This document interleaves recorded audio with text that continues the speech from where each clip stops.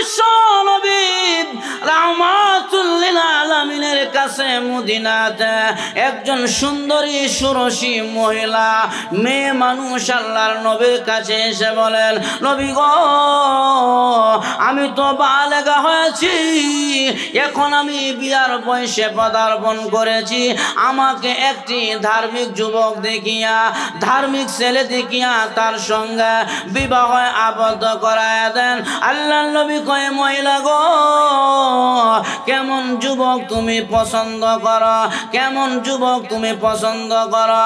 মেয়েটা বলেন, ওগো নবীজি, যেই যুবকের ভিতরে তিনটি গুণ থাকবে, 3 গুণওয়ালা যুবক পাইলে তার কাছে বিয়া বসবো। আল্লাহর নবী কয়, মহিলা গুণগুলো কি আমাকে জানায় দাও।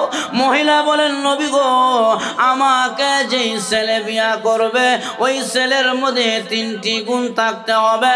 প্রথম নম্বর গুণ হলো, যেই ছেলেটা প্রতিদিন রাতের বেলা দাঁড়ায়া দাঁড়ায়া নামাজের মাধ্যমে কাটায় দেয়, 1 দিন আর 2 দিন নয়, 365 দিন, অর্থাৎ সারা বছর যেই ছেলেটা রাতের বেলা ইবাদতের মাধ্যমে কাটায়া দেয়, এমন ইবাদত করনেওয়ালা যুবক পাইলে তার কাছে বিয়া বলবো। আমি জিজ্ঞাসা করতে চাই, সারা রাত্র নামাজের মাধ্যমে ইবাদতের মাধ্যমে কাটায়া দেয় কয়জন আছে? 2 নম্বরে নবীজি, যেই যুবক আমি মহিলাকে বিয়া করবে ওই যুবকের মধ্যে 2 নম্বরের গুণ থাকতে হবে, ওই যুবকটা সারা বছর রোজা রাখে, 365 দিন রোজা রাখে। এমন যুবক পাইলে তার কাছে বিয়া বলবো, কাহারও হাত উঠবে না। 3 নম্বরে নবী গো, যেই যুবক আমাকে বিয়া করবে ওই যুবকের ভিতরে 3 নম্বরের গুণ থাকতে হবে, প্রতিদিন আল্লাহর কোরআনের 1টি করে খতম দেয়। এমন যুবক পাইলে তার কাছে বিয়া বসবো। আল্লাহর নবী কয়, ঠিক আছে মহিলা, আমি সাহাবায়ে কেরামের মধ্যে আলোচনা করে দেখি। আল্লাহর নবী বিশ্ব নবী রাহমাতুল লিল আলামিন সমস্ত সাহাবায়ে কেরামদেরকে ডাকলেন আর বলেন, সাহাবীরা রে, মদিনাতে সুন্দরী একজন মেয়ে আছে, কে বিয়া করবা? সমস্ত সাহাবীরা হাত উঠাইছে, হুজুর আমরা বিয়া করব। কারণ পুরুষের একটা অভ্যাস হলো, পুরুষ খালি বিয়ে করতে চায়, আর মহিলাদের অভ্যাস হলো মহিলারা খালি স্বাস্থ্য চায়, কাপড় এইটা তুইয়া হেইডা, হেইডা তুইয়া হেইডা, এটা হলো মহিলাদের অভ্যাস। আর যুবক ভাইদের অভ্যাস হলো, বয়স যদি হয় 18, কয় কেবল আমার 13.5, সমাজের মধ্যে ইয়াং থাকতে চায়। আর বুড়া মানুষের অভ্যাস হলো, বয়স যদি হয় 70, কয় 95, মুরব্বী হইবার চাই সমাজের মধ্যে। আল্লাহর নবী কয়, সাহাবীরা রে, বিয়ে যে করবা, হাত যে উঠাইলা, 3টি গুণ লাগবে, 3 গুণওয়ালা যুবক পাইলে ওই মেয়েটা ওই যুবকের কাছে বিয়ে বসবে। আল্লাহর নবী গুণগুলো বলে দিলেন। যখন নাকি গুণগুলো নবীজি প্রকাশ করলেন, এই 3টা গুণের অধিকারী হইতে হবে। অর্ধেক সাহাবী বসে গেছে, বলে, হুজুর আমাদের মধ্যে আমল নাই। আমার কথা আপনারা বুঝতেছেন না? অসুবিধা। আর অর্ধেক সাহাবী দাঁড়ায় আছে। আল্লাহর নবী কয়, সাহাবীরা রে, তোমরা যে দাঁড়ায় রইলা, বলে হুজুর আমরা আগামী কালকে বুঝিয়া বলবো না আমাদের মধ্যে গুণগুলো আছে কিনা। তারাও বসে গেছে, কিন্তু একজন যুবক সাহাবী আল্লাহর নবীর সামনে দাঁড়ায় আছে। আল্লাহর নবী কয়, সাহাবী গো, তুমি যে দাঁড়ায় রইলা, তোমার ভিতরে কি গুণগুলো আছে? সাহাবী বলেন, ইয়া রাসূলুল্লাহ, ইয়া হাবিবাল্লাহ, ও নবীজি, আমি 3টা গুণে গুণান্বিত, আমার ভিতরে 3টা গুণ আছে। আল্লাহর নবী কয়, সাহাবী ভালো করিয়া বুঝিয়া বলো। জি হুজুর, আমার ভিতরে এই 3টা গুণ আছে। আল্লাহর নবী কয়, তাহলে ওই সুন্দরী মেয়েটার সঙ্গে তোমাকে বিবাহ আবদ্ধ করে দিলাম, যাও যাও ওই সুন্দরী মেয়েটাকে তোমাকে বিবাহে আবদ্ধ করে দিলাম। নবীজি নিজে ওই সুন্দরী মেয়েটার সঙ্গে সাহাবীকে বিবাহ আবদ্ধ করে দিলেন। এবার সাহাবী নতুন বধূ নিয়ে বাড়ির দিকে রওনা হয়েছে। বাড়িতে যাইতে যাইতে এশারের সময় হয়ে গেল, সন্ধ্যা হয়ে গেছে, এশারের টাইম হয়ে গেছে। কারণ আজ থেকে 30 বছর আগে আমাদের চাচা জেঠারা যারা বিয়া করেছে তারা বলতে পারবে বিয়ার বাড়িতে এশারের পরে বিয়ার মজা জমতো। আগে রাতের বেলা বিয়া হইতো বেশি, পালকি দিয়া বউ নিয়া যাইতো, রাতে বিয়া হইতো। এখনের ছেলে ফেলেরা এশারের সময় দেয় না, এমন প্রেসার দেয় আসরের আগেই বউ নিয়া বাড়ি। আর কিছু কিছু আছে আসরের টাইমও দেয় না, 6 মাস আগের থেকে মোবাইলে ও শোনা গো আমার তো রাতের বেলা ঘুমে যাবে না। আছে না নাই বেমারি যুবক, আছে না নাই? আল্লাহ নবীর সাহাবী এশারের সময় বউ নিয়ে বাড়িতে গেলেন। নতুন বধূ যখন নাকি শ্বশুর বাড়িতে গেলেন, শ্বশুর বাড়িতে যাওয়ার পরে শুনে এশারের নামাজের আজান শোনা যায়। এবার সাহাবীর বিবি বলেন, স্বামী গো মনে হয় এশারের নামাজের আজান শোনা যায়, আপনি এশারের নামাজ মসজিদ থেকে পড়ে আসেন, আমি ঘরে নামাজ আদায় করে নেয়। নতুন বধূ কেবল বিয়ে হয়ে জামাইয়ের বাড়ি যাইয়া নামাজের প্রতি কত মুহাব্বত আর ভালোবাসা। আল্লাহর নবীর সাহাবী এশারের নামাজ পড়ার জন্য মসজিদে গেলেন। বিবি ঘরে নামাজ আদায় করলেন। নামাজ শেষ করিয়া যায় নামাজের মধ্যে বসা আর মনে মনে বলে আমার স্বামীর ভিতরে 3টি গুণ থাকবে। প্রথম নম্বর গুণ হলো আমার স্বামী সারা রাত্র ইবাদতের মাধ্যমে কাটায় দিবে, আমি ঘুমাবো না, দেখবো আমার স্বামীর ভিতরে 3টি গুণ আছে কিনা। এই বলে যায় নামাজের মধ্যে উনি বসা। নবীর সাহাবী এশারের নামাজ পড়িয়া যখন নাকি হুজরা শরীফে ঢুকলেন, ঢুকার পরে বলেন বিবি রে আমার পেটে ক্ষুধা লেগেছি, আমাকে খাবার দাও। এবার সাহাবীর বিবি স্বামীর সামনে খাবার দিলেন। আল্লাহ নবীর সাহাবী খানা খাওয়ার পরে বলেন, আরে বিবি কম্বল আর লেপটা দাও, আমি ঘুমায়া যাব। বিবি কয় হ্যাঁ কি ব্যাপার? কথা ছিল সারা রাত্র ইবাদত, এখন দিশে ঘুমাইবার কথা কয়। আচ্ছা মনে হয় নতুন বিয়ে করেছে তো মনে হয় শরীর ক্লান্ত, 10-15 মিনিট রেস্টের মনে হয় ঘুমতে উঠে যাবে। এই বলে বিবি কম্বল আর লেপ দিলেন। সাহাবী কম্বল আর লেপ পাইয়া এমন ঘুম দিয়ে দিলেন 10-15 মিনিট নয়, আর ঘুম থেকে উঠার কোনো খবরই নাই। এবার বিবি কয় কি ব্যাপার?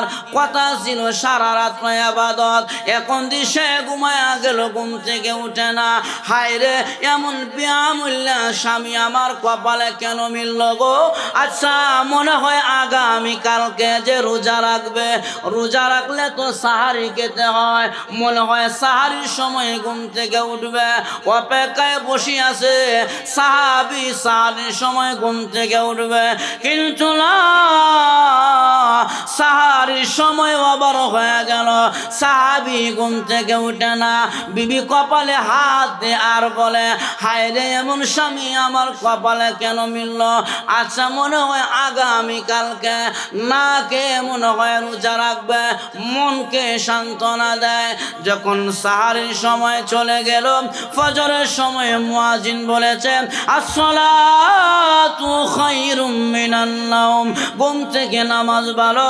সাহাবী কম্বল আর লেপ ফেলে দিয়া লাফ দিয়া ঘুম থেকে উঠিয়া বলে, আরে বিবি তুমি ঘরে ফজরের নামাজ আদায় করে নাও, আমি আল্লাহর ঘর মসজিদে যাই নামাজ পড়ার জন্য। বিবি কয় যাও, আমাকে এসে আর পাইবা না। যে আমলের কথা আমি বলেছিলাম একটি আমলও তোমার মধ্যে আমি পাইলাম না। সাহাবী ফজরের নামাজ পড়ার জন্য আল্লাহর ঘর মসজিদে চলে গেলেন। বিবি ঘরে ফজরের নামাজ আদায় করলেন। সাহাবী নামাজ শেষ করিয়া আস্তে আস্তে যখন নাকি আবার হুজরা শরীফে ঢুকলেন, ঢুকার পরে বলেন, আরে বিবি অনেক লম্বা রাত্র, হালকা নাস্তা হবে কি? পেটে বড় ক্ষুধা লেগেছে। বিবি কয় ভেবেছিলাম না কে বুঝে রোজাড়া রাখছে, এখন দেশে নাস্তাও যায়। এবার সাহাবীর বিবি নবীর সাহাবীকে নাস্তা দিয়া ডাইরেক্ট আল্লাহ নবীর কাছে গেলেন, গিয়া বললেন, ওগো নবীজি এমন একজন সাহাবী আপনি আমাকে দিলেন, আমল করবে দূরের কথা, আমলের লেশ মাত্র তার মধ্যে আমি পাইলাম না। আমল নাই, তার ভিতরে আমল নাই। আল্লাহ নবী কয়, না রে মহিলা, আমার সাহাবী তো এমন বেআমূল্য নয়, আমার সাহাবীরা এমন আমলহীন হতে পারে না। আর সাহাবী কাল্লুজুম ইক্তিদাইতুম ইহতিদাইতুম, আমার সাহাবীরা হলো তারকার সমতুল্য। আমার সাহাবীদেরকে যারা অনুসরণ করবে মহান আল্লাহ তাদেরকে হেদায়েতের রাস্তা দেখায় দিবে। আমার সাহাবী তো এমন হওয়ার কথা না। এবার মহিলা বলেন, নবী গো আপনার যদি বিশ্বাস না হয় আপনার সাহাবীরে আপনি ডাকেন। আল্লাহর নবী সাহাবীরে ডাকলেন। সাহাবী নবীর দরবারে গেলেন, গিয়া বলে, লিমা তলবতানি ইয়া রাসূলুল্লাহ, ওগো নবীজি আপনি আমাকে কেন ডাকলেন? আল্লাহর নবী কয়, সাহাবীরে সারা রাত ইবাদত করেছ? সাহাবী কয়, জি হুজুর আমি সারা রাত ইবাদত করেছি। নবী কয়, সাহাবী তোমার বিবি যে অভিযোগ দিয়েছে তুমি নাকি সারা রাত ঘুমায়েছ, ওরে সাহাবী তোমার বিবির কথা সত্য না মিথ্যা? সাহাবী বলেন, নবী গো আমার বিবি যা বলেছে সত্য বলেছে। আল্লাহ নবী কয়, সাহাবী রে এটা কেমন ইবাদত, রাতের বেলা ঘুমাও আবার ইবাদত করো, এমন ডিজিটাল ইবাদত কোথায় পাইলাম, এমন ডিজিটাল ইবাদত কোথায় পাইলাম? আল্লাহ নবী সাহাবী বলেন, ওগো নবীজি আগে জানতে চাই আপনার জবানের কথা সত্য না মিথ্যা? আল্লাহ নবী কয়, সাহাবী রে আমি নবীজি আমার জীবনে কোনোদিন মিথ্যা কথা বলি না। আমি মুহাম্মদের জবান থেকে অযথা কথা বের হয় না। আমি নবী আল্লাহর অনুমতি ছাড়া কথা বলি না।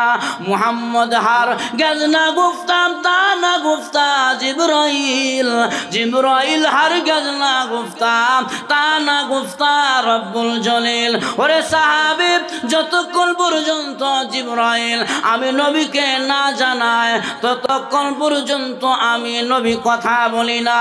আমি নবীর জবানের কথা মিথ্যা নয়। এবার সাহাবী বলে, ওগো নবীজি আপনার জবানের কথা যদি সত্য হয় আপনিই তো বলেছেন কোন বান্দা বান্দি যদি ইশারের নামাজ পড়িয়া দান করাতে সুন্নাত তরিকায় ঘুমায়া যায় আবার ফজরের নামাজ জামাতের সাথে আদায় করতে পারে, আপনার জবানের ঘোষণা ওই সমস্ত বান্দা বান্দির আমল আমার ভিতরে আমার আল্লাহ সারা রাত্র ইবাদতের সওয়াব লিখে দেয়। জিজ্ঞাসা করে দেখেন, আমি ফজরের নামাজও পড়ছি, এশারার নামাজও পড়ছি, নবী গো আমি কি সারা রাত্র ইবাদত করে নেওয়ালা যুবক কিনা? আল্লাহ নবী কয়, হ্যাঁ তোমার ভিতরে সারা রাত্র ইবাদতের সওয়াব আছে। সুবহানাল্লাহ। এখন ফজরের নামাজ আর এশারার নামাজ পড়া দরকার আছে না নাই? এমন বলতে পারেন হুজুর ফজরে পড়বো, এশার পড়তাম এশারে পড়বো, আর বাকি 3 ওয়াক্ত আমি বলবো যে যুবক যে বৃদ্ধ যে পুরুষ ফজর আর এশাকে গুরুত্ব দিবে তার বাকি 3 ওয়াক্ত জোহর আসর মাগরিব এমনিতেই 2 ওয়াক্তের পাওয়ার আসে মসজিদে চলে আসবে।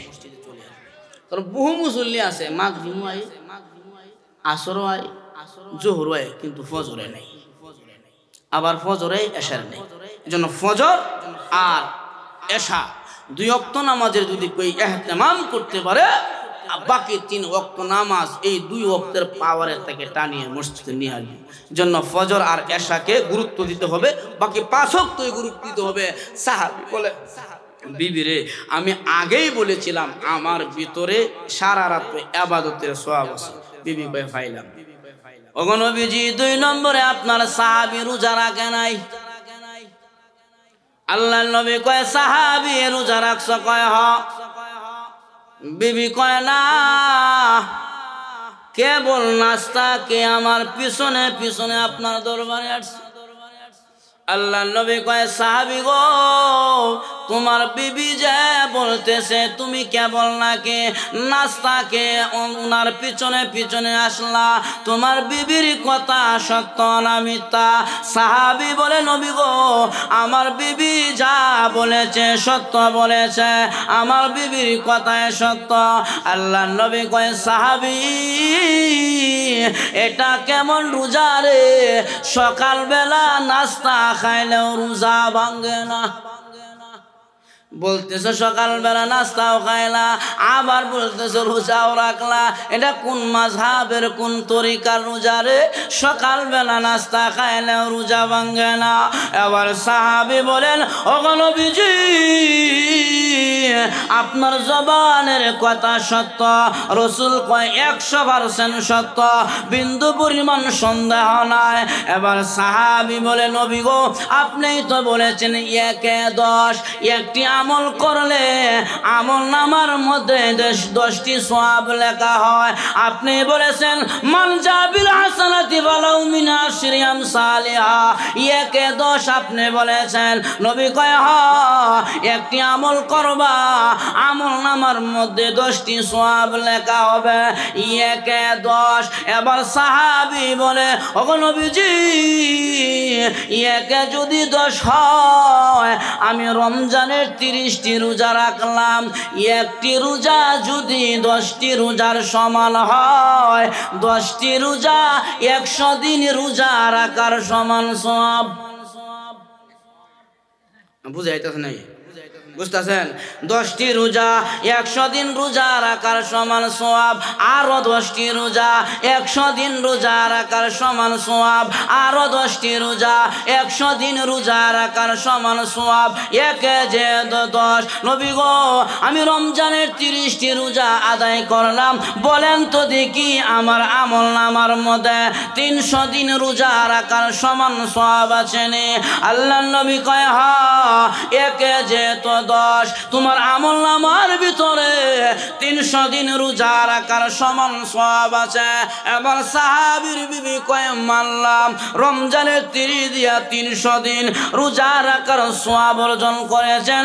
ওগো স্বামী 300 দিনে তো বছর পূর্ণ হয় না, 365 দিনে 1 বছর হয়, আরো 65 দিন বাকি আছে। এবার সাহাবী বলেন আরে বিবি রমজান মাস চলে যাওয়ার পরে শাওয়াল মাস এসে ঢুকে যায়। শাওয়ালে আমার আল্লাহ 6টি রোজা রাখার বিধান রেখেছেন। শাওয়ালের 6 রোজা আছে না নাই? আরো জোরে কোন আছে না নাই? 1 যদি 10 হয় 6-10-60, রমজানের 30-এ 300। এরে সাহাবী তোমার আমল নামার মধ্যে 360 দিনের সওয়াব আছে। বিবি কয় মানলাম 360 দিন। ওগো স্বামী আমার 360-এ তো বছর পূর্ণ হয় না, আরো 5 দিন বাকি আছে, 65 দিনে বছর পূর্ণ হয়। এবার স্বামী কয় বিবি রে মানিয়াল, বিবি কয় সারাসারি নাই, 5 দিনের হিসাব বুঝাও, আর না হলে আমি তোমার ঘরে থাকবো না। আল্লাহর নবীর সাহাবী বলেন আরে বিবি আমার নবী বিশ্ব নবী রাহমাতুল লিল আলামিন বলেছেন মুসলমানের জন্য 5 দিন রোজা রাখা আমার নবী নিষেধ করেছেন। আইয়ামে তাশরিকের 3 দিন আর হলো 2 ঈদের দিন, এই 5 দিন মুসলমান রোজা রাখতে পারে না, আমার নবী নিষেধ করেছেন। আর বলেছেন উম্মতের বান্দা বান্দিরা রে, যদি রমজানের 30টা রোজা আদায় করতে পারো, শাওয়ালের 6টা রোজা আদায় করতে পারো, 2টা ঈদ সুন্নাত তরিকায় কাটাইতে পারো, আমি নবী ঘোষণা দিয়া গেলাম ওই সমস্ত বান্দা বান্দির আমল নামার ভিতরে আমার আল্লাহ সারা বছর রোজা রাখার সমান সওয়াব লিখে দেয়। বিবি ভাই আমি সারা বছর রোজাও রাখি। বিবি ভাই আলহামদুলিল্লাহ আমার স্বামী সারা বছর রোজা। নবী কয় সাহাবী 2 নম্বরে আমল পাইলো। এবার বিবি কয় নবী গো আপনার সাহাবী তেলাওয়াতুল কোরআন করে নাই, কোরআনের খতম দেওয়ার কথা ছিল প্রতিদিন একটি করে। আল্লাহর নবী বলেন সাহাবী তেলাওয়াতুল কোরআন করে যোগ।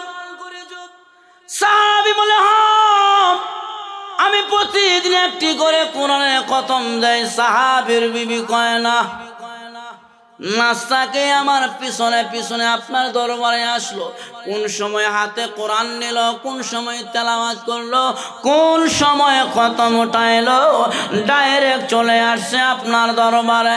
নবী কয় সাহাবী রে তোমার বিবি কি বলে? সাহাবী বলে আমার বিবির কথা ঠিক আছে, তবে নবী গো আমার বিবি ডাইরেক্ট আসছে, আমি বাই রুটে মারছি। নবী কয় বাই রুট মানে? সাহাবী বলে নবী গো আমি যখন রাস্তা দিয়া আপনার দরবারে আসি, রাস্তার মধ্যে আল্লাহর কোরআনের ছোট্ট একখান সূরা আছে, কুল হু আল্লাহর সূরা, এই সূরাটা আমি রাস্তার মধ্যে 3 বার তেলাওয়াত করেছি। আর আপনি বলেছেন উম্মতের বান্দা বান্দিরা রে যেই জায়গায় থাকো না কেন কুল হু আল্লাহর সূরা যদি 3 বার তেলাওয়াত করতে পারো, আমি নবী ঘোষণা দিলাম তোমার আমল নামার মধ্যে আমার আল্লাহ এক কোরআন খতমের সওয়াব লিখে দেয়। আমি আসার সময় 3 বার কুল হু আল্লাহর সূরা পড়েছি। ওগো নবীজি আপনি বলেন আমার আমল নামার মধ্যে 1 কোরআন খতমের সওয়াব আছে? আল্লাহর নবী কয় হ্যাঁ তোমার ভিতরে 1 কোরআন খতমের সওয়াব আছে। এবার বিবি কয় নবী গো আমি যে 3 গুণওয়ালা যুবক খুঁজছিলাম, আমি যে 3 গুণওয়ালা যুবকের সন্ধান, এই যুবক উঠে দেয় না কেউ, দেখবেন কোন যুবক উঠে থাকা। আগের হুজুরা 1 ঘন্টা আওয়াজ করছে, আমারও না আধা ঘন্টা হয়েছে না। 1-1.5 ঘন্টা যদি কোন যুবক পেশাবার টেনা রাখতারে, এর কাছে মেয়ে বিয়ে দিলে ঘুরে আয় পড়ে পেশাবার কেন বোনাবো কেন এই গাছে উঠতে পেশা করে পরে এই নয় আরো 1 ঘন্টা 1.5 ঘন্টা পরে পেশা করছে। কেউ যুবক উঠতে গেলে দেখা করাই যাবে। এজন্য রাসূল বলেন সাহাবীর ভিতরে 3টি আমল আছে। বিবি কো আলহামদুলিল্লাহ আমিও আমার স্বামীর ভিতরে 3টি আমল খুঁজে পাইলাম। তাহলে আমার ভাইয়েরা এই 3টি গুণে গুণান্বিত হওয়া যায় না? আরো গুণে হওয়া যায় না? যেহেতু পাশে মসজিদ আমলের কথাই কয়ে দেয়। এজন্য আমার ভাইয়েরা আল্লাহ রাসূল বলেন আইয়ুল আমালি আহাব্বু ইলাল্লাহ, আল্লাহর কাছে প্রিয় আমলের মধ্যে 1 নম্বরে প্রিয় আমল হলো ক্বালা সালাতু লিওয়াক্তিহা। ও মানুষ সময় হয়ে গেলে আল্লাহর ঘর মসজিদে যাইয়া হাজিরা দিবা, এটা আল্লাহর কাছে বড় প্রিয় আমল। 2 নম্বরে আল্লাহ রাসূল বলেন ক্বালা বিররুল ওয়ালিদাইনি, মা বাবার খেদমত করবা। আজকে আমাদের সমাজের যুবকেরা আব্বা আম্মার বড় অবহেলা করে। সমাজে এমন যুবক আছে রে টাকা না দিলে মার উপরে সন্তান হাত ওঠায়, বাবাকে বাড়ি থেকে বের করে দেয়, পত্র পত্রিকা খুললে দেখা যায়। অথচ আল্লাহর নবী বলেন আরে উম্মতের যুবকেরা আল্লাহর কাছে প্রিয় আমলের মধ্যে মা বাবার খেদমত করা, এটাও আল্লাহর কাছে বড় আমল। আমার তেলাওয়াতকৃত আয়াতের মধ্যে আল্লাহ এই কথা জানায় দিয়েছে, আমি আল্লাহর ইবাদত করার পরে ওয়াবিল ওয়ালিদাইনি ইহসান, তাদের মা বাবার খেদমত করবা, আব্বা আম্মার সেবা করবা। আল্লাহর কোরআনের আরেক আয়াতের মধ্যে আল্লাহ জানায় দেয়, আনিশকুরলি ওয়ালি ওয়ালিদাইকা, আমি আল্লাহর শুকরিয়া আদায় করার পরে মা বাবার শুকরিয়া আদায় করবা। আরে যুবক, আব্বা আম্মার শুকরিয়া কেন আদায় করবা না? আল্লাহর নবী কয়, যুবকরা রে ভালো করিয়া শুনিয়া লও, এই মা বাবা কি জিনিস। আমার নবী কয়, ক্বালা রাসূলুল্লাহ সাল্লাল্লাহু আলাইহি ওয়াসাল্লাম, নবী হাদিসের মধ্যে জানায় দেয়, হুমা জান্নাতুকা ওয়া নারুকা, এই মা বাবা তোমার জান্নাত ও জাহান্নাম। আল্লাহর নবী বিশ্ব নবী আরেক হাদিসের মধ্যে বলছেন, রাজার রব্বি ফি রাজাল ওয়ালিদাইনি, মা বাবা যদি কোন সন্তানের প্রতি রাজি আর খুশি হয়ে যায়, আসমান ওয়ালা আমার আল্লাহ ওই সন্তানের প্রতি রাজি আর খুশি হয়ে যায়। রাসূল কয়, বাপ মা যদি সন্তানের প্রতি রাজি আর খুশি হয়ে যায়, ওই সন্তানের প্রতি আল্লাহ রাজি খুশি হয়ে যায়। শুধু তাই নয়, আল্লাহর নবী আরেক হাদিসের মধ্যে বলেন, আল জান্নাতু তাহতা আকদামিল উম্মাহাত, ও দুনিয়ার পুরুষেরা, তোমাদের মা বাবার পায়ের নিচে হলো সন্তানের বেহেশত। কার পায়ের নিচে? আর যখন কার ভাব নিচে? আজকে আমাদের সমাজের এমন কিছু মানুষ আছে, আব্বা আম্মার সেবা করে না, কিন্তু ফিসাবের ভাও গিয়া তেল মালিশ করে। আছে না নাই? নিজের মা বাবার মুখের মধ্যে এক টুকরা গরুর গোশত দেয় না, কিন্তু ফিরের দরবারে বড় বড় গরু নিয়ে যায়। ফিসাবের দরবার বাপ মার খবর নাই, ফির। আর আমরা এমন একটা জাতি, যদি লম্বা পাঞ্জাবি আর টুপি আর ফাগরি দেখতাম পারি কেউ গায়ের মধ্যে আছে, তখন কই এর মতো মনে বড় বুজুর্গ আল্লাহর জমিনও নাই। ঠিক না? এমন বুজুর্গ আল্লাহর জমিনও নাই। আরে ভাই, টুপি আর দাড়ি আর ফাগরি দেখলে হুজুর মনে করেন না, মনে করলে ঝামেলা আছে। কি আছে? লক্ষ্য করে দেখেন, আজকে থেকে 30-40 বছর আগে মানুষ যখন বাইতুল্লাহ হজ্জে যাইতো, তখন কিন্তু এই বায়ুপথ ছিল না, উড়োজাহাজ বিমান ছিল না, তখন মানুষ ট্রলারে যাইতো, লঞ্চে স্টিমারে যাইতো হজে বাইতুল্লাহ। তো এক লোক হজ্জে বাইতুল্লাহ যাবে নিয়ত করছে, এখন তো ট্রলারে উঠতে গেলে চিটাগাং যাইতে হয়, উনি হজে যাইবে ভাবতেছে। এখন রওনা হয়েছে, আর চিটাগাং উনার বড় ভাইয়ের শ্বশুর বাড়ি। মনে মনে কইতাছে, যেহেতু হজে যাইতেছি, শ্বশুর বাড়ি আছে বড় ভাইয়ের, তালু আর মাও এর কাছ থেকে দোয়া নিয়ে যায়, কয়া যায় যে আমি হজে বাইতুল্লাহ যাইতেছি, আমার দোয়া করেন। এই বলে পুত্রা বেড়া কি করছে, বড় ভাইয়ের শ্বশুর বাড়ি গিয়ে উঠছে। উঠার পরে তালয় আর মা ওইদিকে পুত্রা বাজা নাইছে, কহ কি ব্যাপার হঠাৎ করে? মা ওই আমি হজে যাইতেছি, আমার লাগে দোয়া করেন, আল্লাহ যেন সহি সালামতে আবার হজ করে দেশে ফিরে। মা ওই যাও বাজান, তোমার লাগে দোয়া করে দিলাম, আল্লাহ যেন তোমার হজ কবুল করে, তুমি যেন আবার সহি সালামতে দেশে ফিরে আসতে পারো। দোয়া নিয়া পুত্রা এবার হজ্জে রওনা হয়েছে। এবার বাইতুল্লাহতে গিয়া হজের কাজ সম্পূর্ণ করার পরে দেখবেন হাজি সাহেব যখন দেশ হয়, তখন এমন একটা জুব্বা লাগায়, একবার টাকুন নিচে মাটি একবার লেসুরে দিতে ঝাড়ু দিয়া, আবার কালো একটা বেরি লাগায়, লাল রুমাল দেয়া, সামনে কেউ দেখে না, গুমরাই হাদি সাহেব আইতাছে সৌদি আরব থেকে। তো এই বেচারাও কি করছে, লম্বা জুব্বা লম্বা ফাগরি লাগাইয়া সৌদি আরব আইতাছে। আর মনে মনে বলতাছে, এখন যদি মা ওর বাদ না যায়, তাহলে মা হয়ে কইব পুত্রারা কত বড় নিমু খারাম দেখছ, সৌদি আরবতে আইলো, আরবের খেজুর আনছে, একটু জমজমের পানি আনছে, আমাদের বাড়িতে আসলো না, দুইটা খেজুর দিব দেখিয়া না, এটা সামাজিকভাবে খারাপ দেখা যায়। আচ্ছা, যেহেতু হজ থেকে আসলাম, মা ওর কাছে কইয়াও যায়, সাইডটা খেজুরও দিয়া যায়, একটু জমজমের পানিও দিয়া যায়। এই বলে পুত্রা লম্বা জুব্বার ফাগরি লাগাইয়া মা ওর বাড়ি গেছে, বড় ভাই শ্বশুর বাড়ি।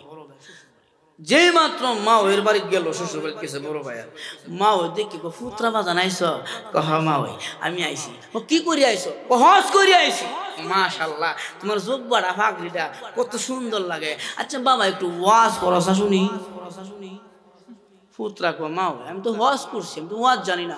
দূর বাড়া, পাশের বাড়িতে এমন লম্বা জুব্বার ফাগড়ি লাগায় বাড়া কত সুন্দর ওয়াজ করে। অস্কর এই বেড়ি এই কথা কইয়া আশেপাশে যারা কয়েকজন মহিলা আছেন সবার ডাকি আছে, আয় গো আমার পুত্রা এসে ওয়াজ করবো, সবাই শুনিয়া যাও, সবাই আসো। 20-30 জন মহিলা জমা করেছে এই বেড়ি পুত্রা ওয়াজ করবো। আচ্ছা বলেন, যে বেলা মসজিদের মক্তব্য গেল না, মাদ্রাসায় বারান্দায় গেল না, এই বেলা ভাগরি জুব্বা লাগায় হজ যেতে আসে, এবার ওয়াজটা কি করবো? আর মহিলা মাসে এমনভাবে ধরছে শোনার অভাব নাই। যখন পুত্রা কি করবো, মহিলাদের সাফের মধ্যে ভরিয়া বেলা কানু ধরে ওয়াজ করে, মাওয়াই গো চিটাগাং থেকে যখন জাহাজে উঠলাম পানি ছাড়া কিছুই দেখছি না, জাহাজ যখন জেদ্দায় গিয়া লাগলো পানি ছাড়া কিছুই দেখছি না। একবারটি গো এক মহিলা কেউ অ্যাকশন করিয়াছে, ও সব মহিলা তোরা সমান না, কিছু তো সচেতন মহিলাও আছে। এক মহিলা, কি গো তোমার পুত্রা কি ওয়াজ করে? পানি ছাড়া কিছুই দেখছি না, বালি ছাড়া কিছুই দেখছি না। এত কোরআন হাদিস কিছুই কইল না। অন এই বেচারা বাড়িতে যাইয়া হাদিস সব মানুষ জুব্বা জাব্বা খুলে এলাকাত বাইরেছে জমি দেখবার লাগে। কৃষক মানুষ যে মাত্র এলাকাত বের হয়ে গেল নিজের জমি দেখার জন্য, আবাদি ফসল দেখার লাগে। এখন উনাদেরকে শুরু ভাই আসেন, সেইটা আরো বেশি মনে করেন যে দুষ্ট। যেই দেখছে বাইসা বাড়িত নাই, উনি দৌড়ে গিয়া বাইসাবার জুব্বা লাগাইছে। বাইসাবার জুব্বা লাগাইয়া বাইসাবার যে বেরিটা লাগা ফাঁকটা হেরেও লাগাইছে, লাগাইয়া আয়নার সামনে দাঁড়াইয়া দেখে না আমারে খারাপ না বালাই দেখা।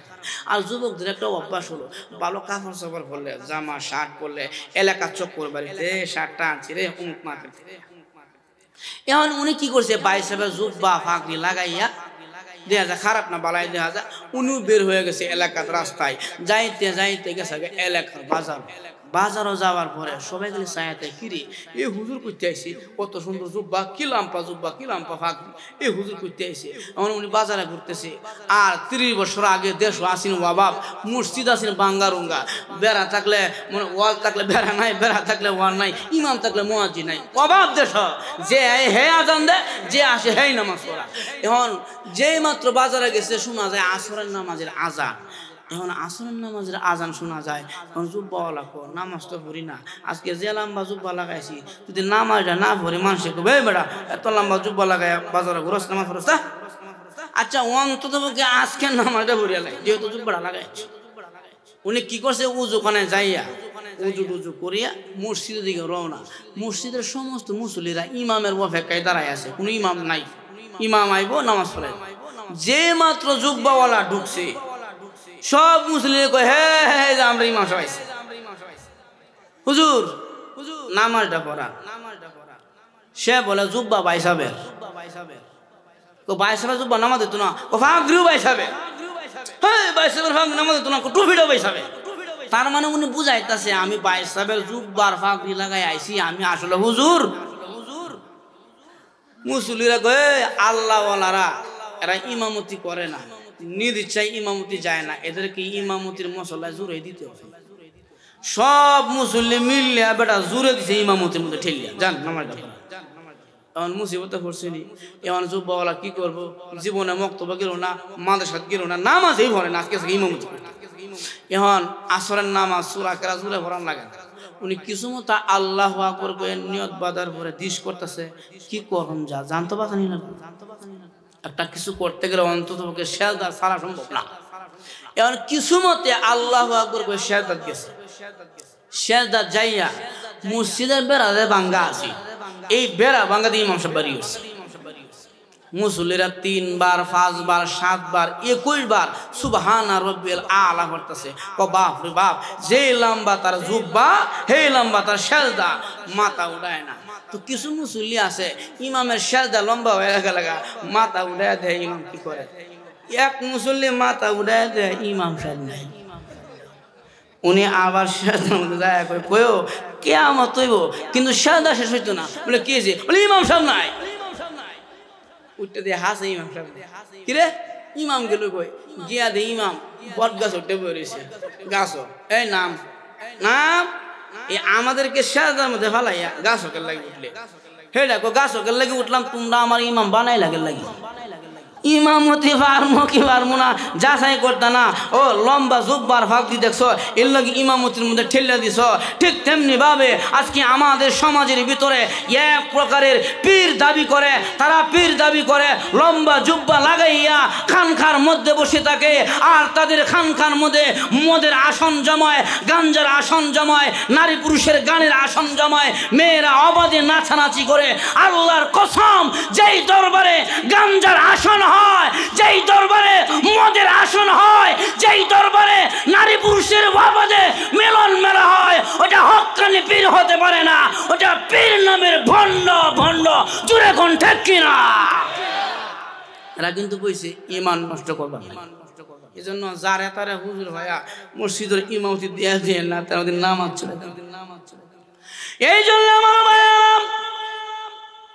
আল্লাহর নবী বিশ্ব নবী রাহমাতুল লিল আলামিন বলেন রে পৃথিবীর মানুষেরা আল্লাহর কাছে 2 নম্বরে প্রিয় আমল হলো ক্বালা বিরুল ওয়ালিদাইনে মা বাবার খেদমত করবা সাহাবীরা নবীকে প্রশ্ন করে আহাকুল ওয়ালিদাইনি ও নবীজি মা আর বাবা এই দুইজন মানুষের মধ্যে হকের দিক দিয়ে অধিকারের দিক দিয়া কে বেশি আমাদের কাছে পাও না আল্লাহর নবী কয় ক্বালা উম্মুকা তোমার মা সাহাবী দ্বিতীয়বার প্রশ্ন করে সুম্মা মান তারপরে কি নবী কয় ক্বালা উম্মুকা তোমার মা সাহাবী তৃতীয়বার প্রশ্ন করলেন ও নবীজি সুম্মা মান তারপরে কে নবী কয় ক্বালা উম্মুকা তোমার মা নবীজি মার কথা 3 বার বললেন সাহাবী চতুর্থবারের মতন প্রশ্ন করলেন সুম্মা মান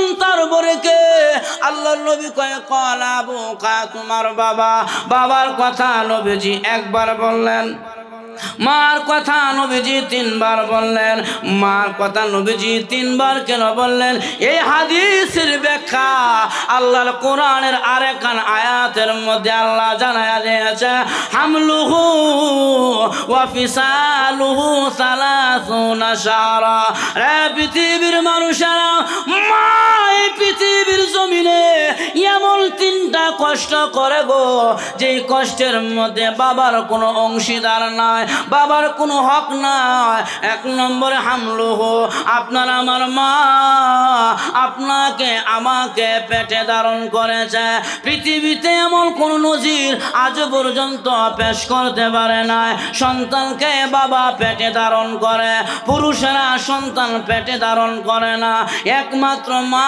সন্তানকে পেটে ধারণ করে এই জন্য মার হকটা 1 নম্বরে 2 নম্বরে আমার আল্লাহ কয় পৃথিবীর মানুষেরা রে তোমার মা তোমাকে প্রসব করেছে মা সন্তান প্রসব করে বাবা সন্তান প্রসব করে না এই প্রসবের কষ্ট আর যন্ত্রণা এটা মা ছাড়া কেউ জানে না গো প্রসবের কি ব্যথা আর বেদনা এটা একমাত্র আমার মা জানে মা জাতি ছাড়া এটার কষ্ট কেউ বুঝবে না দেখবেন মার যখন প্রসবের ব্যথা শুরু হয় আমার মা বেতার কারণে শীতের মধ্যে কম্বল আর লেপ সারিয়া ওয়ালের মধ্যে হেলান দিয়া দাঁড়ায় থাকে জমিনে পড়ে যায় বাবা জিজ্ঞাসা করে বিবি রে কোন কোন শীতের মধ্যে কম্বল কেন ছেড়ে দিলা বিবি কয় স্বামী বুঝবা না ছেলে আমার কলিজায় লাথি মেরেছে ওরে স্বামী মা হওয়া এত সহজ নয় ছেলে আমার কলিজায় লাথি মেরেছে প্রসবের ব্যথা যখন আরো তীব্র গতিতে আগাইতে থাকে তখন মা গলা কাটা মুরগির নে জমিনের মধ্যে গড়াগড়ি করে মার এমন অবস্থা হয়ে যায় মা অচেতন হয়ে যায়, কথাও বলতে পারে না। এই ব্যথার কারণে মা দেখবেন শাশুড়ি মায়ের পায়ের মধ্যে হাত দিয়া বলে, ওগো শাশুড়ি আম্মা, সংসার করতে যাইয়া অনেক ভুল ত্রুটি হয়ে গেছে গো, এবারের ব্যথা কয় আমি মা মনে হয় বাঁচবো না। ওগো শাশুড়ি মা, ভুল হয়ে গেলে ক্ষমা করে দিবেন, আমি মনে হয় বাঁচবো না। প্রসবের ব্যথা এত কঠিন রূপ ধারণ করেছে, মা সবার কাছ থেকে বিদায় নিয়ে নেয়, ব্যথার কারণে মনে হয় বাঁচবে না। পৃথিবীতে এমন নজির হয়েছে, মা সন্তান প্রসব করতে যাইয়া আমার মা দুনিয়া থেকে বিদায় হয়ে গেছে। মা দুনিয়া থেকে বিদায় হয়ে গেল, সন্তানের চেহারাও দেখতে পারে না। ও দামরায়ের যুবক, কেমন করে দুঃখিনী মা বাবারে কষ্ট দাও, আমার বুঝি আসে না রে যুবক। এই পৃথিবীতে মা তোমাকে পৃথিবীর আলো বাতাস দেখানোর জন্য আমার মার জান পর্যন্ত বিসর্জন দিয়া দেয়। ডাক্তাররা বলেছে, এই যে গর্ভবতী মহিলাকে তোমরা হাসপাতালে নিয়ে আসলা, মহিলার পেটে বাচ্চা, আমরা পরীক্ষা করে দেখেছি একজনকে বাঁচানো যাবে, হয়তো মা বাঁচবে, সন্তান বাঁচবে না। সন্তান বাঁচাইতে গেলে মাকে বাঁচানো যাবে না। এই কথা ডাক্তাররা যখন রোগীর পরিবারের কাছে বলে দেয়, রোগীর পরিবার বলে, ডাক্তার গাছ বাঁচাও, ফল লাগবে না, গাছ বাঁচলে ফল এমনিতে ধরবে, তার মানে মাকে বাঁচাও, সন্তানের প্রয়োজন নাই। ডাক্তারের এই কথাটা মার কানে কেমন করে জানি চলে গেল, মা কথা বলতে পারে না। মা তখন বলে, তোমরা কে আসো রে? ডাক্তারকে আমার কাছে আনো, আমি মার শেষ দুইটা কথা আমি ডাক্তারের কানে কানে বলে দিব। ডাক্তার মার কাছে যাওয়ার পরে মা ডাক্তারকে বলে, ডাক্তার গো, আমি শুনেছি আমাকে বাঁচাইলে সন্তান বাঁচবে না, সন্তান বাঁচাইলে আমাকে বাঁচানো যাবে না। আমার পরিবারের লোকেরা আমাকে বাঁচানোর জন্য সিদ্ধান্ত দিয়া দিছে। আরে ডাক্তার, তোমার দুইটা পায়ে ধরে বলি, সাবধান, আমার কলিজার টুকরা সন্তানকে মারবা না। আরে ডাক্তার, এই সন্তানকে আমি মা একদিন আর 2 দিন নয়, 1 মাস আর 2 মাস নয়, আমি মা 10 মাস এই সন্তানকে আমি মায়ের পেটে রেখেছি। ডাক্তার, বড় কষ্ট করে আমার এই সন্তানটাকে আমি মা পেটে লালন করেছি, আমি দুনিয়াতে আর বাঁচতে চাই না। ওরে ডাক্তার, আমি দুনিয়া থেকে চলে যাব, সাবধান, আমার পেটের বাচ্চাকে তুমি মারিও না, আমি মা দুনিয়ার আলো বাতাস দেখতে চাই না। ও যুবক ভাইয়েরা, যেই মা তোমাকে আমাকে দুনিয়ার আলো বাতাস দেখাবার জন্য আমার মায়ের জান পর্যন্ত বিলীন করে দেয়, এমন মাকে কেমন করে কষ্ট দাও। আমার বড় দুঃখ লাগে যুবক, পৃথিবীতে মা বাবার চেহারা এত দামি, এত দামি। আল্লাহর নবী বলেন, উম্মতেরা রে, এই মা বাবার চেহারার দিকে যদি ভালো নজরে একবার তাকাইতে পারো, আমি নবী বলে দিলাম ওই সমস্ত যুবকের আমল আমার ভিতরে আমার আল্লাহ একটি কবুল হজের সওয়াব লিখে দেয়।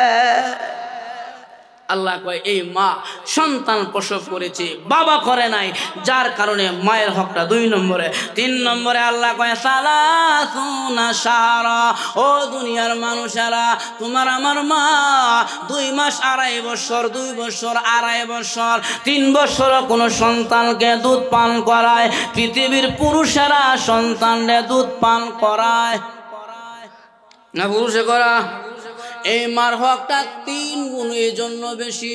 1 নম্বরে মা সন্তানকে পেটে রাখে, 2 নম্বরে মা সন্তানকে প্রসব করে, 3 নম্বরে মা সন্তানকে দুধ পান করায়। এই জন্য আমার নবী বলছে মায়ের হক বাবার চাইতে 3 গুণ বেশি। কয় গুণ বেশি? আরো দেখুন, আমার খারাপ লাগতেছে রে।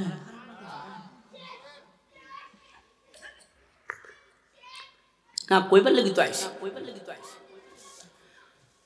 আমার ভাইরা। তাহলে রাসূল বলছে ক্বালা বিররুল ওয়ালিদাইনি, মা বাবার খেদমত। সাহাবী প্রশ্ন করছে 3 বার, মার হকটা 3 বার, বাবার হকটা 2 বার। এজন্য বাপ মাকে ভালো নজরে সুনজরে দেখতে হবে। আজকে আমাদের সমাজের যুবকরা বউ যদি একটা কান ভরা দিতে পারে কানে, পরের দিন সকালবেলায় আব্বা আম্মা থেকে আলাদা হয়ে বাপ মারা দেখতে পারে না। বউয়ের ওয়াজটা খুব ভালো করে ফিট করে। বহু যুবক আছে, আরে বহু বাপ মা আছে, আঙ্গুল হয়ে কান্দে কান্দে কয় হুজুর সন্তানরা কেন লাগি দেখতে পারে না। বাপে কয় হুজুর আমাকে দেখতেই পারে না, তার মাকে ঘর থেকে বের করে দেয়। এতদিন তো এমন ছিল না। বিয়ার পরে স্বর্ণের টুকরা একটা আনছে, এই স্বর্ণের টুকরা যখন নাকি তার কান ভরা দেয়, তখন ছেলে বউর কথা শুনে আর মার কথা শুনে না। হ্যাঁ ও ভাই, কত বউ আইব আর যাইব, কিন্তু মা গেলে মা পাইবে না। দেব একবার গান করে, মা মরলে মা পাওয়া যায়, বাপ মরলে বাপ পাওয়া যায়, বউ মরলে বউ পাওয়া যায় না। আমি কই বাপ রে বাপ, এইবার বউর কাছে কেমনে মুড়ি দিছি আল্লাহ জানে। আমি কি করি, মা মরলে মা পাওয়া যায়, বাপ মরলে বাপ পাওয়া যায়, বউ মরলে বউ পাওয়া যায় না, এমন একটা স্বর্ণের টুকরা মেলে। হুজুর এটা কারণ আছে। বলে কি? কয়েকবার বাপ মরছে, বাপ মরে যাওয়ার পরে সন্তান কাঁদতেছে। আচ্ছা বলেন তো দেখি, বাপ মরলে সন্তান কাঁদবে না? সন্তান কান্না দেখিয়া বাপের ভাই শাসা যেটা আয়া কয় পুত্রে কান্দিস না, মানুষ বলতে মরণশীল, তোর বাপ মারা গেছে, কয়দিন হরে আমিও থাকবো না, তুইও থাকবি না, তো কাঁদিস না। তোর বাপ পুষে কি হয়েছে? বাপের ভাই শাসারা পামরা আছে। ছেলে কয়ে যাক, বাপ নাই, বাপের ভাই শাসারা আমার পিছিয়ে আছে, আলহামদুলিল্লাহ। মনটা সান্ত্বনা পাইলো। বাপের কাফন দাফন করে মাটি ছেলে দিয়া বসে রয়েছে। কয়েকদিন পরে বেটার মা মরে গেছে গা। আচ্ছা মা মরে যাওয়ার পরে পৃথিবীর সব সন্তানে কাঁদবে, ছেলেও কাঁদতেছে। এবং তার কান্না দেখিয়া এলাকার শাসি জেডি মার বোন খালাম্মা আয়া কয় পুত্রে কান্দিস না, আল্লাহর হুকুম হয়ে গেছে, তোর মা চলে গেছে, পৃথিবীতে কেউ থাকতে পারবে না, মানুষ বলতে মরণশীল। হ্যাঁ তোর মা মরছি, কি হয়েছে? মার বোন খালাম্মা তো আসি, শাসি জেডিও তো আমরা আসি রে বাবা, কান্দিস না। সন্তান কয় যাক, মা নাই, মার বোন খালাম্মা আছে, শাসি কাকিরা আছে, যাক সন্তানের মনের মধ্যে একটু সান্ত্বনা পাইলো। মার এক কাফন দাফন ভরায়া মাটি চালি বলে বসে রয়েছি। কয়েকদিন যাইতে না যাইতেই বেটা বউ মরেছে। বউ মরে যাওয়ার পরে এই যে বেটা কান্নাকাড়ি করতেছে, কয়েকবার কাইন দেয়া বেহুশ হইল, কয়েকবার পানি ঢেলে হুশে আনা হইল, বেহুশ হয় হুশে আনে। হ্যাঁ এই যে কাঁদতেছে, এলাকার কোনো মহিলা এই কথা কয় না, এই তোর বউ মরছে, কি হয়েছে? আমরা তো আসি। মা মরলে মা পাওয়া যায়, বাপ মরলে বাপ পাওয়া যায়, বউ মরলে বউ পাওয়া যায় না। আমি আরে ভাই, কত বউ আইব আর যাইব, কিন্তু যার মা নাই বাবা নাই তাকে জিজ্ঞাসা করে দেখো, পৃথিবীতে কত মানুষের চেহারায়, কত সিনেমায়, কত টেলিভিশনে দেখি, আজ পর্যন্ত আমার মা বাবার মতন চেহারাওয়ালা মানুষ দেখতে পাই। এই জন্য আমার বিশ্বনবী রাহমাতুল লিল আলামিন বলেন, ক্বালা বিররুল ওয়ালিদাইনি, মা বাবার খেদমত করবা। আমার আল্লাহ কয় ওয়া বিল ওয়ালিদাইনি ইহসানা, পৃথিবীর মানুষেরা রে আব্বা আম্মার সঙ্গে ভালো ব্যবহার করবা, আহসান উত্তম ব্যবহার করবা, চেহারা কালো করে কথা বলবা না, মুস্কি হেসে কথা বলবা, আব্বা আম্মার দিকে ভালো নজরে তাকায়া থাকবা। শুনো রে যুবক, আব্বা আম্মা যদি নারাজ হয়ে যায়, আল্লাহ নবী কয় উম্মতের যুবকেরা রে, যদি মা বাবা কোনো সন্তানের প্রতি নারাজ হয়ে যায়, অসন্তুষ্টি হয়ে যায়, পৃথিবীতে যত তাহাজ্জুদের আমল করুক না কেন আরশে মহল্লায় তার আমল যাবে না। আসমান ও জমিনের মধ্যস্থলে তার আমল ঝুলন্ত থাকে।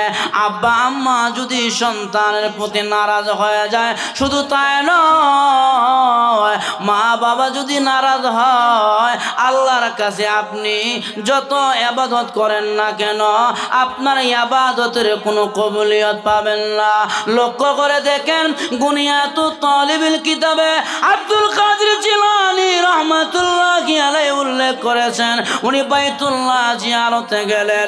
আল্লাহর ঘর জিয়ারত করার সময় যখন বাইতুল্লাহ তাওয়াফ লাগায়, তাকায় দেখে একজন যুবক বাইতুল্লাহর এক পাশে বসিয়া একটা পাথর উপরে হাত রাখিয়া আরেক হাতে পাথর দিয়া নিজের হাতের মধ্যে এইভাবে আঘাত করতে আরম্ভ করলো। আঘাতের কারণে অপর হাতের রক্ত মাংসগুলো ছিটে গিয়ে দূরে দূরে পড়তেছে। এবার আব্দুল কাদের জিলানী বলে, যুবক তুমি কি পাগল? নিজের এক হাত দিয়া আরেক হাতের মধ্যে পাথর দিয়া আঘাত করতেছ। যুবক রে, তুমি কি পাগল? যুবক বলে, না আমি পাগল নয়। তাহলে নিজের হাত দিয়া নিজের হাতে এমন ভাবে আঘাত করো, কারণটা কি? যুবক বলে, আল্লাহর ওলি গো, আপনার সঙ্গে তো মিথ্যা কথা বলা যায় না। আমি বারবার বাইতুল্লাহ আসি, আল্লাহুম্মা লাব্বাইক বলে যখন নাকি হাজিরা দেয়, লাব্বাইক বলে হাজিরা দেয়, আসমানের মেঘের খণ্ডের ভিতর থেকে জবাব আসে, আল্লাহ তোমার হজ কবুল করবে না। লা লাব্বাইকের আওয়াজ আমার কানে আসে। আমি যতবার লাব্বাইক বলে আওয়াজ দেয়, লা লাব্বাইক বলে আমাকে উল্টা আওয়াজ দিয়ে শোনায় দেয়, তোমার লাব্বাইক আল্লাহ শুনে না, তোমার হাজিরা আল্লাহ নেয় না। ওগো আল্লাহর ওলি, মনের দুঃখে মনে বড় ব্যথা নিয়া নিজের এক হাত পাথরের মধ্যে রাখিয়া আরেক হাত দিয়া নিজের হাতে আঘাত করতেছে। আল্লাহর ওলি বলেন, আমি যা বুঝি তোমার হজ কবুল না হওয়ার পিছনে কারণ তোমার আব্বা আম্মা শ্রেণী। ওই যুবক বলে, আমার বাবা অনেক আগে মারা গেছে, আমার মা কিছুদিন ছিল, ওই মা আমার অত্যাচারে আমার প্রতি নারাজ হইয়া আমার মা দুনিয়া থেকে বিদায় হয়ে গেছে। বিদায়টা আমি যুবকের হাতে হয়েছে।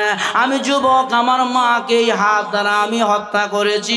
হত্যা করার পরে আমার মা আমার প্রতি নারাজ ছিল, এই জন্যে আমি বাইতুল্লাহ আসলাম, দেখি আমার আল্লাহ আমার প্রতি খুশি হয় কিনা। আব্দুল কাদের জিলানী বলে, যুবক রে, একবার নয় দুইবার নয়, লক্ষবার বাইতুল্লাহ জিয়ারতে আসতে পারো, তোমার হজ কবুল হবে না যতক্ষণ পর্যন্ত তোমার মা তোমার প্রতি খুশি আর রাজি না হবে। এবার যুবক বলে, ও আল্লাহর ওলি, আমার মা তো দুনিয়া থেকে বিদায় হয়ে গেছে গো, আমি এখন কি করব? আমি এখন কিভাবে ক্ষমা চাইব? এবার আল্লাহর ওলি কয়, যুবক রে, যা তোর মার কবরের পাশে যাইয়া কোরআনের তেলাওয়াতের আমল কর আর আল্লাহর কাছে ক্ষমা চাও। মার কবরের পাশে যাইয়া মা রাজি হয়ে গেলে আল্লাহ রাজি হয়ে যাবে। যুবক বাইতুল্লাহ থেকে বের হইয়া ডাইরেক্ট দেশে চলে যাইয়া মার কবরের পাশে গিয়া তেলাওয়াতুল কোরআন করে মার কবরের পাশে দাঁড়াইয়া আল্লাহর কাছে দোয়া করে, আল্লাহ আমি বুঝতে পারি নাই আমার জনম দুঃখিনী মার আমি আঘাত দিয়েছি। আজকে আমি কয়েকবার বাইতুল্লাহ গেলাম, আমার হজ কবুল হয় না। আল্লাহ তুমি আমারে মাফ করে দাও, আমার মাকে আমার প্রতি রাজি খুশি করায় দাও, আমার হজ তো কবুল হয় না। এমন সময় মার কবর থেকে গায়েবী ভাবে আওয়াজ দেয়, ছেলে রে, আমি মা তোর প্রতি খুশি হয়ে গেলাম। আসমান থেকে আওয়াজ দিয়া জানায় দেয়, যুবক তোর হজ আমি আল্লাহ মা খুশি হওয়ার পরেও আমি আল্লাহ তোর হজ্জে বাইতুল্লাহকেও কবুল করে নিলাম। তাহলে আমার ভাইয়েরা এই মা বাবা রাজি থাকলে আল্লাহ রাজি হয়ে যায়। মা বাবা যদি নারাজ হয়ে যায়, আসমানওয়ালা নারাজ হয়ে যায়। মা বাবা নারাজ হয়ে গেলে আমল করলেও আসমানে যায় না, মধ্যস্থলে ঝুলন্ত থাকে। এই জন্যে আমার নবী কয় উম্মতেরা রে, মা বাবার সঙ্গে ভালো ব্যবহার করবা। ক্বালা বিরুল ওয়ালিদাইনি, মা বাবার খেদমত করবা, এটাও আল্লাহর কাছে প্রিয় আমল। 3 নম্বরে নবী কয় উম্মতেরা রে, 3 নম্বরে আল্লাহর কাছে পছন্দনীয় আমলের মধ্যে 3 নম্বরে পছন্দনীয় আমল হলো ক্বালা আল জিহাদু ফি সাবিলিল্লাহ, আল্লাহর রাস্তায় জিহাদ করা। কোন রাস্তা? আর জোরে এখন আল্লাহর রাস্তায় জিহাদ করতে হবে। আমি এটা সহজ ভাষায় বুঝায়া দেই। যারা দ্বীনের বিরোধী করবে, দ্বীনের বিরোধী করবে, দ্বীনকে ধ্বংস করে দেওয়ার জন্য, কোরআনের আলোকে নিভিয়ে দেওয়ার জন্য, কোরআনের বিরোধিতা যারা করবে তাদের বিরুদ্ধে জিহাদের ময়দানে নামিয়ে যাও। আজকে আমাদের উলামায়ে কেরাম জিহাদের ওয়াজ না করার কারণে যদি হঠাৎ করে জিহাদের আলোচনা হয়, কিছু কিছু মানুষ কয় হুজুর মনে হয় এটা জঙ্গি, আর না হয় উগ্রবাদী, আর না হয় সন্ত্রাস, এই বলে হুজুরদেরকে টার্গেট করে। তবে 2024-এ প্রমাণ হয়ে গেছে উলামায়ে কেরামের সংগঠন জঙ্গি সংগঠন নয়। উলামায়ে কেরাম সন্ত্রাস করে না, উলামায়ে কেরাম উগ্রবাদী নয়, সন্ত্রাসী, উগ্রবাদী, জঙ্গি যদি দেখতে চাও ইসকনকে দেখো। পৃথিবীর মধ্যে সবচাইতে জঙ্গি সংগঠন হইল ইসকন। কিছুদিন আগে দেখছেন না ইসকন, যে ইসকনের সদস্যরা সাইফুর রহমান আলিফকে আদালতে হত্যা করেছে, শহীদ করেছে, এটার দ্বারাই প্রমাণ হয় মুসলমানরা জমিনে সাম্প্রদায়িক নয়, মুসলমানরা জমিনে অশান্তি চায় না, এই জমিনকে নষ্ট করতে চায় হিন্দুত্ববাদী কিছু উগ্রবাদী বৌদ্ধ সন্ত্রাসীরা। ইসকন মুসলমান ভাইকে আদালত কি করছে? শহীদ করে দিয়েছে। আমার মুসলমান ভাই, এটার দ্বারা প্রমাণ হয়ে গেল মুসলমান অশান্তি সৃষ্টি করতে চায় না, মুসলমান সমাজের মধ্যে উচ্ছৃঙ্খল বিশৃঙ্খল সৃষ্টি করতে চায় না, এই সমাজকে নষ্ট করতে চায় কিছু অগ্রবাদী হিন্দু কিছু সংগঠন আছে, সন্ত্রাসী সংগঠন, ইসকন নামক সংগঠন, এইগুলো সমাজের মধ্যে ফিতনা সৃষ্টি করতে চায়। এজন্য আমার ভাইয়েরা, এইগুলোর বিরুদ্ধে আমাদের সোচ্চার হতে হবে, এদের বিরুদ্ধে আমাদের কথা বলতে হবে। আজকে যদি আপনি ইসকনের বিরুদ্ধে কথা না বলেন, যদি বেঈমানদের বিরুদ্ধে কথা না বলেন, এমন একদিন আসবে মুসলমান মসজিদে সাজদা দিতে গেলেও হিন্দু আর নাস্তিকদের অনুমতি লাগবে। যেরকম ঠিক কিনা? এজন্য এদের বিরোধী, এদের মোকাবেলা করতে হবে, এদের বিরোধী করতে হবে। মুসলমান তারা তাদের শান্তি চায়, তারা তাদের এই দেশে শান্তি কায়েম করতে চায়। উগ্রবাদী সন্ত্রাস মুসলমান জানে না, ইসলাম ধর্মে নাই। তবে মুসলমানদেরকে যারা কলঙ্কিত করতে চায়, মুসলমান ধর্মকে যারা দেশের মধ্যে কলঙ্কিত করতে চায়, তাদেরকেও আমরা ছাড় দেব না। যেরকম ঠিক কিনা? জন্য কল আল জিহাদু ফি সাবিলিল্লাহ, আল্লাহর রাস্তায় জিহাদ করা, আল্লাহর রাহে জিহাদ করা, এটাও আল্লাহর কাছে প্রিয় আমল। খালি তুসমিনিয়া মসজিদের কোন জবলে হইতো না। মুসলমান জিহাদের ময়দানে রাজপথে আপনাকেও থাকতে হবে। আজকে আপনি আর আমি ঐক্যবদ্ধ না থাকার কারণে, রাজপথে না ঢোকার কারণে, না থাকার কারণে ফিলিস্তিন আমার মা বোনেরা নীরবে ইসরায়েল মেরে একবারে অখাতারে সন্তানগুলোকে মেরে বাসায় দিচ্ছে। কই মুসলমানের সারা শব্দ নাই। আপনি বলতে পারেন হুজুর আমরা তো শান্তিতে আছি। ভাইরে শান্তিতে নয়, ওরা আজকে ফিলিস্তিন ধরেছে, আগামী দিন বাংলাদেশে ঢুকবে, বাংলাদেশের মুসলমানকেও ধরে ধরে কতল করবে, জবাই করবে। এইটা বেশি দিন নয়। এজন্য আমার ভাইয়ারা, আমাদের ইমানের বলে বলিয়ন হয়ে আমাদের হুঙ্কার দিতে হবে, আমরা ঐক্যবদ্ধ থাকতে হবে। আজকে যদি মুসলমান 200 কোটি মুসলমান সারা বিশ্বে মুসলমান যদি ঐক্যবদ্ধ হয়ে এক হয়ে মুসলমান ঐক্যতা প্রকাশ করত, বেঈমানরা আমাদেরকে মারবে দূরের কথা, ইহুদিরা আমাদের দিকে তাকায় বড় সাহস পাইতো না। জোরে কোন ঠিক কিনা? এজন্য আমাদেরকে ঐক্যবদ্ধ থাকতে হবে। ঐক্যবদ্ধ থেকে মুসলমান জিহাদের ময়দানে ঝাঁপিয়ে পড়তে হবে, বেঈমানদের বিরুদ্ধে মাঠে ময়দানে কথা বলতে হবে। আর না হয় একদিন এমন আসবে আমাদেরকেও ধরে ধরে জবাই করবে।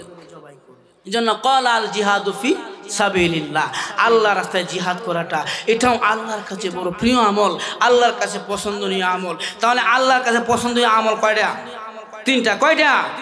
এক নম্বরে কলা সালাতুল ওয়াক্তিহা, সময় হয়ে গেলে মসজিদে, এটা আল্লাহর কাছে পছন্দনীয় আমলের মধ্যে প্রথম নম্বর। দুই নম্বরে নবী কয় কলা বিরুল ওয়ালিদাইনি, মা বাবার খেদমত, এটা আল্লাহর কাছে বড় পছন্দনীয়। তিন নম্বরে রাসূল কয় কলাল জিহাদু ফি সাবিলিল্লাহ, আল্লাহর রাস্তায় জিহাদ করা এটাও আল্লাহর কাছে বড় পছন্দনীয় আমল। এই জন্য আমার ভাইয়ারা, আমার তেলাওয়াত কিন্তু আয়াতের মধ্যে আল্লাহ এই কথাই জানিয়ে দিয়েছে, ওয়াকাদা রাব্বুকা আল্লা তা'বুদু ইল্লা ইয়াহু ওয়া বিল ওয়ালিদাইনি ইহসানা। আল্লাহ রাব্বুল আলামিন বলেন, হে পৃথিবীর মানুষেরা, আমি আল্লাহ তোমাদের উপরে ফরজ করে দিলাম, আমি আল্লাহ তোমাদের উপরে ওয়াজিব করে দিলাম, আল্লাহ তা'বুদু ইল্লা ইয়াহু, আমি আল্লাহ ছাড়া কারো ইবাদত করিও না, আমি আল্লাহ ছাড়া কারো কাছে মাথা নত করিও না। ইবাদত পাওয়ার যোগ্য একমাত্র আমি আল্লাহ, আমি আল্লাহ ছাড়া কারো ইবাদত চলবে না। দুই নম্বরে আমার আল্লাহ পরের আয়াতের অংশে বলেছেন ওয়া বিল ওয়ালিদাইনি ইহসানা, মা বাবার সঙ্গে ভালো আমল করবা, মা বাবার সঙ্গে ভালো ব্যবহার করবা, আব্বা আম্মার সঙ্গে ভালো আচরণ করবা। এটা হলো আমার আয়াতের অর্থ। আর রাসূল হাদিসের মধ্যে বলছেন আল্লাহর কাছে তিনটি আমল প্রিয়। এক নম্বরে হলো নামাজ, দুই নম্বরে হলো মা বাবার খেদমত, তিন নম্বরে হলো আল্লাহর রাস্তায় জিহাদ। এই তিনটি আমল আল্লাহর কাছে প্রিয় আমল। ইনশাআল্লাহ তিনটি আমল আমরা করব, রাজি আছি না? আরো জোরে এখন এই তিনটি আমল করবেন। এক নম্বরে নামাজকে কখনো ছাড়বেন না, একটু ওয়াদা করেন দেখি। সকলে হাত উঠান। আল্লাহ আমাদের সবাইকে 5 ওয়াক্ত নামাজ হিসেবে কবুল করো। সকলে বলে আমিন।